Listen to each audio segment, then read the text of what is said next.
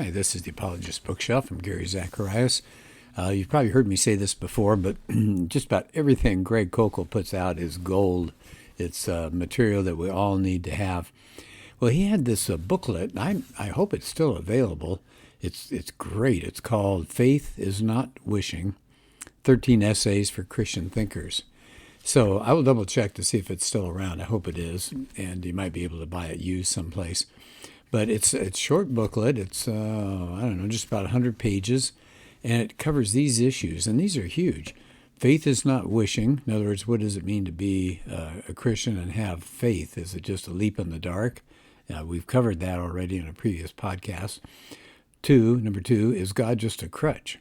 You hear that sometimes from non-believers who kind of sneer at Christians as being weak and they need a God to get through life. We did that one. I'll come back to the one I'm going to do in a minute. One here on the deity of Christ. Another article called The Heathen and the Unknown God. Is Christianity cruel? Where was God? In other words, that's dealing with pain and evil and suffering. Christianity's real record. One on science. One on the pro-life position. Why hate shouldn't be a crime. And then the intolerance of tolerance. There's a good one, huh? The intolerance of tolerance. Well, I tell you, the one I want to do today, and by the way, Greg Koukl is the president and founder of Stand to Reason. That's str.org. You've got to go there and just see the material that's available. And so much of it is free. And yes, they do have booklets and books that you can purchase, but so much material that you can get for free. He and Amy Hall do Q&A with different listeners and all, and they cover some really interesting topics. And again, those are free. You can get a hold of those easily. All right, well, let's do Was Jesus a Fraud? So he goes, Koukl takes us back, 1906, a man named Sir James Fraser. He put out a work called The Golden Bough. So in that book, Fraser said, if you take mythical deities like Osiris and Adonis and Attis and Tammuz, they were dying and rising fertility gods. And he suggested in that book that the story of Jesus is just a recycled version of that. And of course now we've got Google and we've got the internet. Koukl says that idea has gone viral, that basically the Gospels are nothing but just plagiarisms. They just took ancient myths and they kind of wove them together so they get the story of the dying and rising God-man from Nazareth. So in other words, Jesus is just one more in a long line of these stories. So Koukl says, are the details of these ancient myths accurate? Are there genuine parallels between the dying and rising gods of legend and the life of Jesus of Nazareth? Do the records of these ancient myths predate the time of Christ? Do details in myths before Christ prove that the same details in the gospel accounts are fictions? In other words, is Jesus just a copycat Messiah? So he said there are actually some flaws in this and with this idea. So we'll get to this one. So he said, there's a reason that the ancient historical accounts of the life of Jesus don't start by saying, once upon a time. He says, if you look at the authors, don't appear to be writing fairy tales for future generations. Now, I've heard that so many times from other people, too. C.S. Lewis, he said the Gospels, he said he spent a lot of time looking at ancient myths and fairy tales and things like that. He said the Gospels don't read like that at all. Now, another person who felt that way was J. Warner Wallace. He said, no, this, because he was a cold case detective, he said, this seems like real testimony of eyewitnesses. Anyway, so back to Koukl. He says they don't seem to be writing fairy tales, the people in the New Testament. He said, take a look at the opening words in the Gospel of Luke. Inasmuch as many have undertaken to compile an account of the things accomplished among us, just as they were handed down to us by those who from the beginning were eyewitnesses and servants of the word, it seemed fitting for me as well, having investigated everything carefully from the beginning, to write it out for you in consecutive order, most excellent Theophilus, so that you may know the exact truth about the things you have been taught. In the days of Herod, king of Judea, ... So Koukl says, think about that. And he said, look at John's account in chapter 1. And then at the end, in chapter 20. So here's chapter 1 of John. In the beginning was the Word, and the Word was with God, and the Word was God. And the Word became flesh and dwelt among us, and we saw his glory. Glory is of the only begotten from the Father, full of grace and truth. And then in chapter 20, in the end of the Gospel of John, many other miraculous signs Jesus also performed in the presence of the disciples, which are not written in this book, but these have been written so that you may believe that Jesus is the Christ, the Son of God, and that believing you may have life in his name. So he said these ancient biographies start usually like this, the biographies of Jesus. First, they know they're relating a remarkable story. And second, they're convinced that this really happened. Right? These are not just sacred stories of some kind of mythical gods and supernatural heroes. They seem to be reporting what they consider to be actual historical events with flesh and blood people. He said the gospel writers looks like they're intending to report history, not mythology. They have vivid details. And yet they're not just reports, but they're arguments as well, trying to persuade people. And he said that doesn't make them true. But he said they shouldn't be dismissed for frivolous reasons. But he said that's what we're getting. He said, look at the internet. All sorts of allegations that the historical records of the life of Jesus are kind of a plagiarism, right? They've been stolen, just a rehashing of the idea of dying and rising gods of fiction, of ancient mythology. So he said, take a look. Google Mithras, Dionysus, Osiris, Adonis, or Isis. He said it'll be all sorts of what they call evidence linking them with Jesus. In fact, said the best known is a flashy documentary, and Koukl puts documentary in quotation marks because he doesn't really think it's truth, but it's called Zeitgeist, Zeitgeist, Zeitgeist, the greatest story ever sold. All right, well, you can look it up and see it. I've watched parts of it before. Anyway, according to Zeitgeist, here's what is said that about the god Horus, the Egyptian sun god. Now, see how this relates to Jesus. Horus was born December 25th of the Virgin Isis, Mary. His birth was accompanied by a star in the east, which in turn 3 kings followed to locate and adore the newborn Savior. At the age of 12, he was a prodigal science teacher. At the age of 30, he was baptized by a figure known as Adept and began his ministry. Horus had 12 disciples who he traveled about with, performing miracles. He healed the sick. He walked on water. He was known as the truth, the light, God's anointed son, the good shepherd, the Lamb of God. After being betrayed by Typhon, Horus was crucified, buried for 3 days, and thus resurrected. And Zeitgeist says many other gods have the same mythological structure.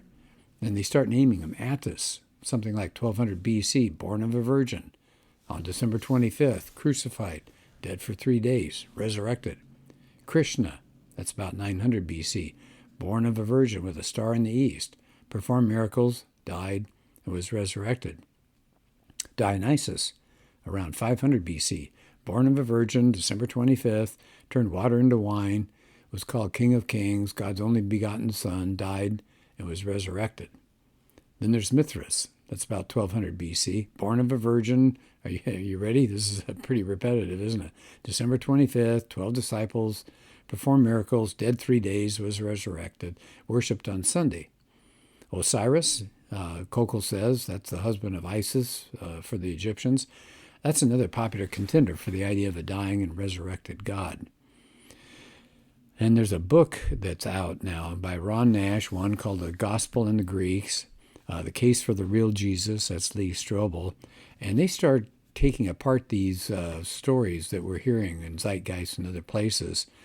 But Koukl says, because of space, he just wants to have a quicker, more generic response to this challenge. He said, in general, the first is something he wants to take on. Certain mythical accounts that predate the Gospels have specific elements that match the details of Jesus' life. Right? So that's what he wants to take on. The second thing is a claim that the existence of the older accounts that are obviously myth makes you think that the account of Jesus must be a myth too. So those are the two claims. So here we go. Let's go to the first one about these facts that match the detail of Jesus' life. Koukl says first, the facts, quote unquote, listed above. Remember I read those about these different gods, being born of a virgin and on the date December 25th and having a star and performing miracles. Koukl says they're almost all false. He said, here's some examples. Take Osiris. There's no record he rose bodily from the dead. He became a god of the netherworld. He's not a dying god. He's a dead god. He's a deceased, mummified king. He may be alive in the spirit realm, but that's true of anybody. So Egyptian religion didn't have any idea of resurrection. How about Horus? Was he born of a virgin? No. He was the son of Osiris and Isis, not Mary. Horus never dies, so he didn't need resurrection. Neither the Bible nor Christianity claim Jesus was born December 25th, so any parallel with the ancient myths are inconsequential. How about Mithras? Was he born of a virgin? No. He emerged from a rock. And there's no textual evidence of his death, so no resurrection. He was a god. He wasn't a teacher. He didn't have any disciples. What about Attis? That's Attis. No evidence of an account of a bodily resurrection. He was a god of vegetation. There's no evidence for a virgin birth for Dionysus. Krishna was his mother's 8th son, so no virgin birth there. All right, so here's the second. So he says all these facts are not even true. Here's another problem. The dating of many of these dying and resurrecting gods is a second problem. Here's the key, right? Remember, we're being told that here came these myths, and after that came the story of Jesus that just followed along and was in the same category. No.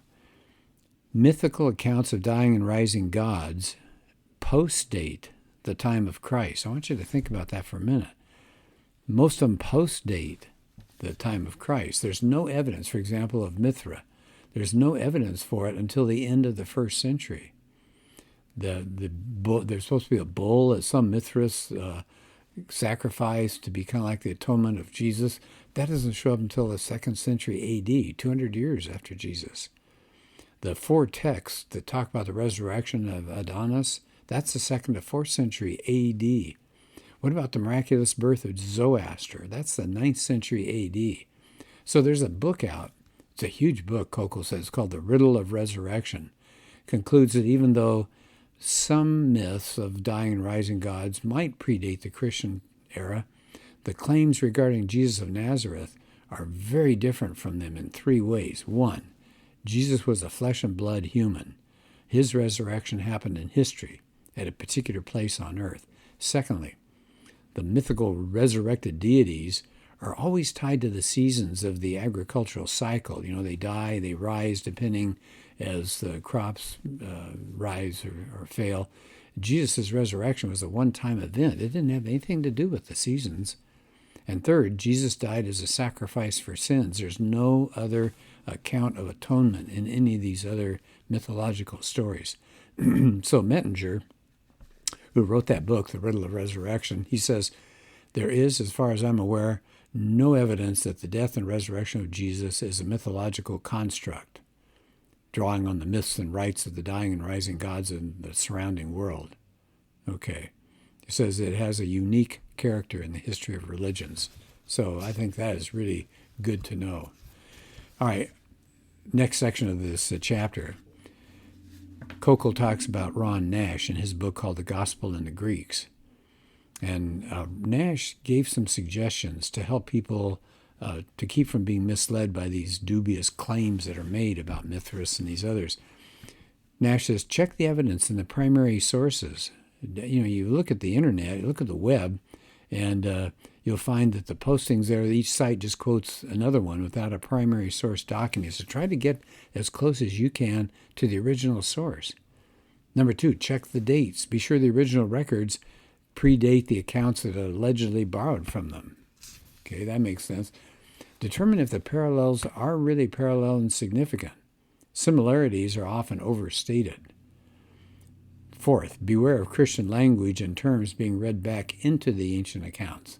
So, for example, some people will refer to the death of Osiris as his passion. Well, that's using Christian terminology that didn't really exist at that time. So, Koukl says a host of these similarities turn out to be fictions, and the parallels that remain are way too general to be significant. And then the key thing is the dating of many of these ancient records undermines the argument the stories appear too late in history to have any influence on the Gospels. And he said, even if the facts are accurate, it would prove nothing. And I thought this is a really interesting point. He uses Koukl now as giving an example of a man in 1898 who wrote a novel called Futility. And he had a cruise ship, famous for him in the story. It was a famous cruise ship called the Titan. And it was displaced about 45,000 tons. It was considered unsinkable.